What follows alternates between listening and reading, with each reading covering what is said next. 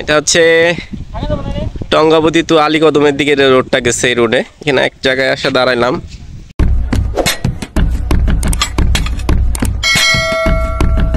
এই যে আমাদের গাড়িগুলো এখানে, মানে এত সুন্দর একটা জায়গা।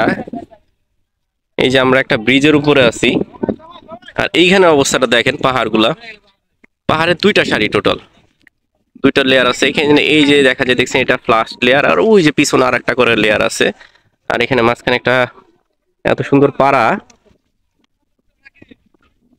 পাড়াটা এই বিশাল বড়, একদম খাদে। এখানে আসলে বলা যায় না, যদি যখন বর্ষাকাল হয় আসলে বাড়িগুলো কিভাবে হয়, কারণ প্রত্যেকটা বাড়ি হচ্ছে এই যে দুইটা পাহাড়, এইদিকে পাহাড় ওদিকে পাহাড়, পাহাড়ের একদম ঢালুতে।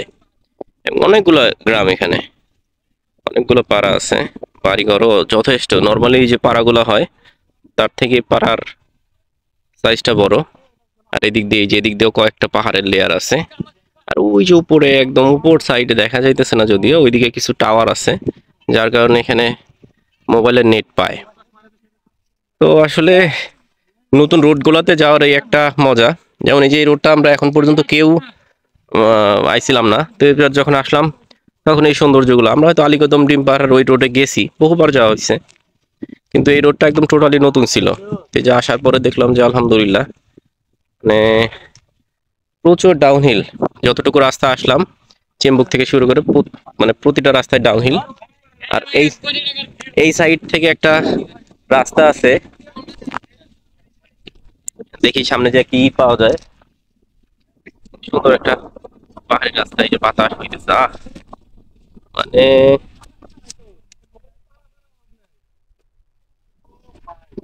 এখানে যে আমের চাষ টাস করে, এটা টোটালি পাহাড়ি একটা রোড।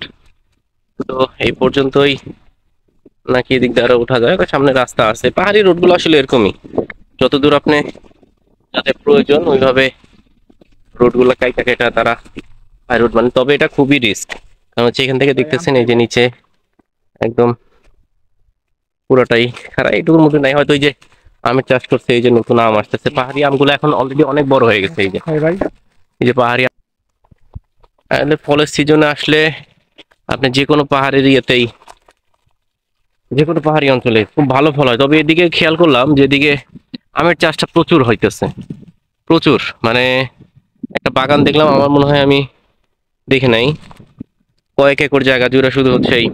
রাজশাহী সব আলাদা, তবে পাহাড়ি অঞ্চলে এত বড় আমের বাগান সচরাচর দেখা যায় না। তো যাই হোক, আমরা সামনের দিকে আগাই, এখানে একটু রেস্ট নিতেছি টঙ্গবতী রোডে ঢোকার মাঝে। আর যে বাতাসটা দেখেন, বাতাসের সাউন্ড দেয়, আলহামদুলিল্লাহ। ধন্যবাদ সবাইকে আমার পুরো ভিডিওটি দেখার জন্য। এরকম আরও ভিডিও দেখতে চাইলে আমার চ্যানেলটি লাইক, কমেন্ট, শেয়ার এবং সাবস্ক্রাইব করে রাখবেন। আজকের মতো আল্লাহ হাফেজ, আসসালামু আলাইকুম।